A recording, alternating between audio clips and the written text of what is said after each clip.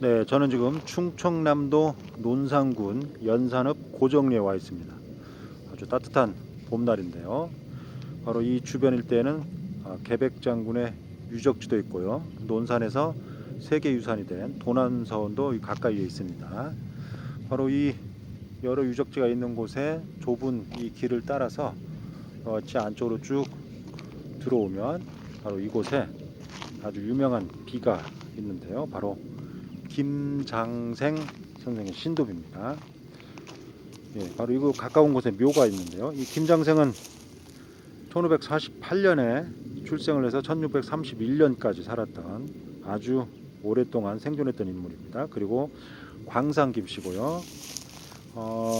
살아생전에 임진왜란 그리고 이괄의 난 등 아주 굵직한 그런 사건들이 있었죠. 특히 임진왜란을 겪은 그런 인물입니다. 지금 계룡시에 가면 바로 이 김장생의 고택이 현재 남아있기도 합니다. 김장생의 호는 사계였고요. 서울 출신이고 그의 아들의 김집이 있습니다. 김집이. 그리고 살아생전에 아주 많은 그런 관직을 역임을 했는데요. 특히 1592년 임진왜란 때 호조 정랑이 된 뒤에 명나라 군사의 어떤 군량 조달에 공이 커서 승진도 했습니다. 그리고 1596년 한때 바로 이곳 연산으로 낙향을 하기도 했습니다. 그렇지만 그 이후에 다시 명을 받고 여러 관직을 역임을 했습니다. 안성군수도 역임을 했고요. 나중에 1613년에 개축옥사 때 동생이 연좌되었는데 무혐의로 풀려났고 그 이후에 관직을 버리고 연산에 운둔해서 학문에 전념을 했던 그런 인물입니다. 그래서 이곳에 지금 바로 김장생의 무덤이 남아 있고요.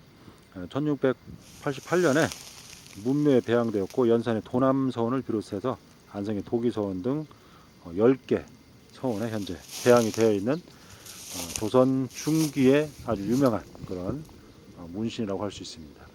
바로 그 문신의 신도비인데요. 상당히 규모가 큽니다. 지방에 세워진 신도비 중에 이렇게 규모가 큰 것은 흔하지 않은데 아주 굉장히 크게 마련되어 있습니다. 사각형 대석 측면에 당초문과 그다음에 상면에 연화문이 새겨진 사각형 대석을 크게 마련하고 그 위에 비신홈을 시공을 해서 비신과 이수를 올렸는데요. 상당히 육중한 하중을 받는 큰 규모의 이수를 올렸음을 알 수가 있습니다. 아주 정교하게 만들어졌고 우수한 석공이 설계 시공했음을 우리가 알 수 있는데요. 가까이 가보겠습니다. 비자인데요. 상면에 이렇게 연화문을 새겼죠. 조선시대 불교가 크게 성행하지 않았지만 불교적인 요소가 이와 같이 유학자들의 비에도 반영이 되었습니다. 우리가 조선시대를 억불숭유 정책이라고 하는데 조선 후기에는 전혀 그렇지 않았고요. 조선 전기에 부분적으로 왕대에 따라서 억불숭유 정책이 강하게 취해진 시기도 있었고 또 왕실이나 당시 사대부득가들도 불교를 믿는 경우가 많이 있었습니다. 오랫동안 신앙되어 온 불교를 한 번에 없애기는 굉장히 어려운 일이었겠죠. 어쨌든 불교적인 요소가 유교나 또는 이런 묘비 이런 곳에 많이 반영되었다고 볼 수가 있습니다. 연화문이 새겨져 있나요? 비신홈이 있고 비신홈 사이에 이와 같이 꽃이 틈 사이로 피어나고 있습니다. 아주 예쁜 보랏빛 꽃이네요. 풀들이 있고 이와 같이 앞면에 비문이 새겨졌습니다. 그리고 뒷면에도 비문이 새겨져 있네요. 조선시대 신도비에는 이와 같이 비문의 양이 굉장히 많습니다. 아마 새길 내용이 많았기 때문에 그런 것 같습니다. 우리나라에 비는 세웠지만 비문이 새겨지지 않은 경우도 있는데요. 대표적으로 고려시대 건립된 진천 영곡리 석비 대표적이죠. 그런데 이 진천 영곡리 석비는 원래부터 비문을 새기지 않으려고 했던 건 아니고 비를 세운 다음에 비문을 새기려고 했는데 어떤 이유로 비문을 새기지 못한 걸로 보입니다. 왜냐하면 비를 세울 때 먼저 귀부와 비신 이수를 제작을 해 놓은 다음에 그 다음에 비문을 찬하고, 비문을 다 찬하면 서자가 비신 크기에 맞춰서 비문을 씁니다. 다시 말해서 비신 크기에 맞춰서 화선지를 잘라서 화선지 표면에 비문을 쓰면 그걸 비문에 붙여서 그 다음에 비문을 각자 하는 그런 절차를 거치게 되어 있는데요. 바로 그 과정 중에 어디가 잘못돼서 그 이후 과정이 진행되지 않은 거라고 볼 수가 있죠. 물론 중국의 당나라 때 측천무는 내가 살아있을 때의 행적이 너무 많기 때문에 그 많은 것을 비문에다 새길 수 없으니 새기지 마라. 그래서 비문을 새기지 않은 그런 무자비, 글씨가 없다 그래서 무자비라고 하는데요. 무자비도 있었습니다. 어쨌든 조선시대에는 글씨를 작게 해서 이처럼 비문을 비신에 가득 새기는 전통이 있었습니다.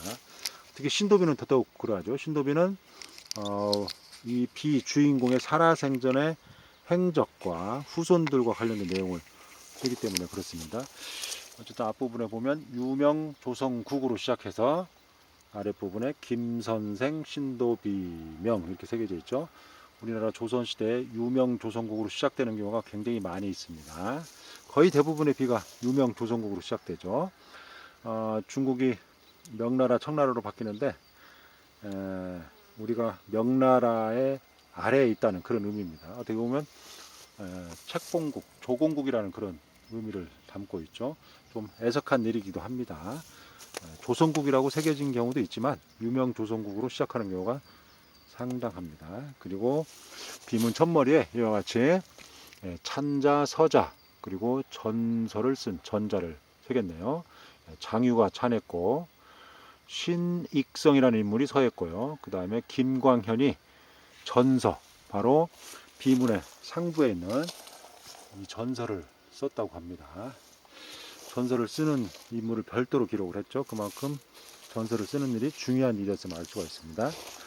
그리고 비문 측면에는 비신 측면에는 비문을 새기지 않았고요. 후면에도 가득 비문을 새겼는데 끝부분에 숭정 7년 갑술 8월일 이렇게 새겼습니다. 그래서 이 비가 언제 세워졌는지를 알 수가 있죠. 숭정 7년에 세워졌음을 알 수가 있습니다. 임진왜란 직후인데요.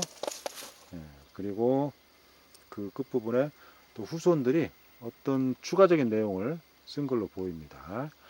이와 같이 김장생의 살아생전의 행적을 아주 자세하게 기록을 해서 후손들에게 귀감이 되고 계승되도록 했음을 알 수가 있습니다.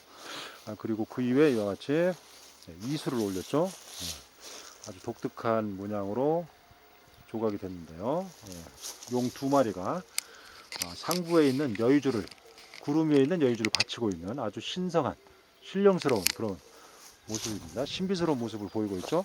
이와 같이 이수에 용을 새기는 것은 이 비신에 바로 비문 주인공의 살아생적 행적이 기록되어 있습니다. 그래서 비문 또는 비신 자체가 주인공이라고 할 수가 있죠. 그래서 그 주인공을 보호하고 수호한다는 그런 의미가 담겼다고 볼 수가 있습니다. 용은 수호의 의미가 아주 강한 그런 상상의 동물입니다.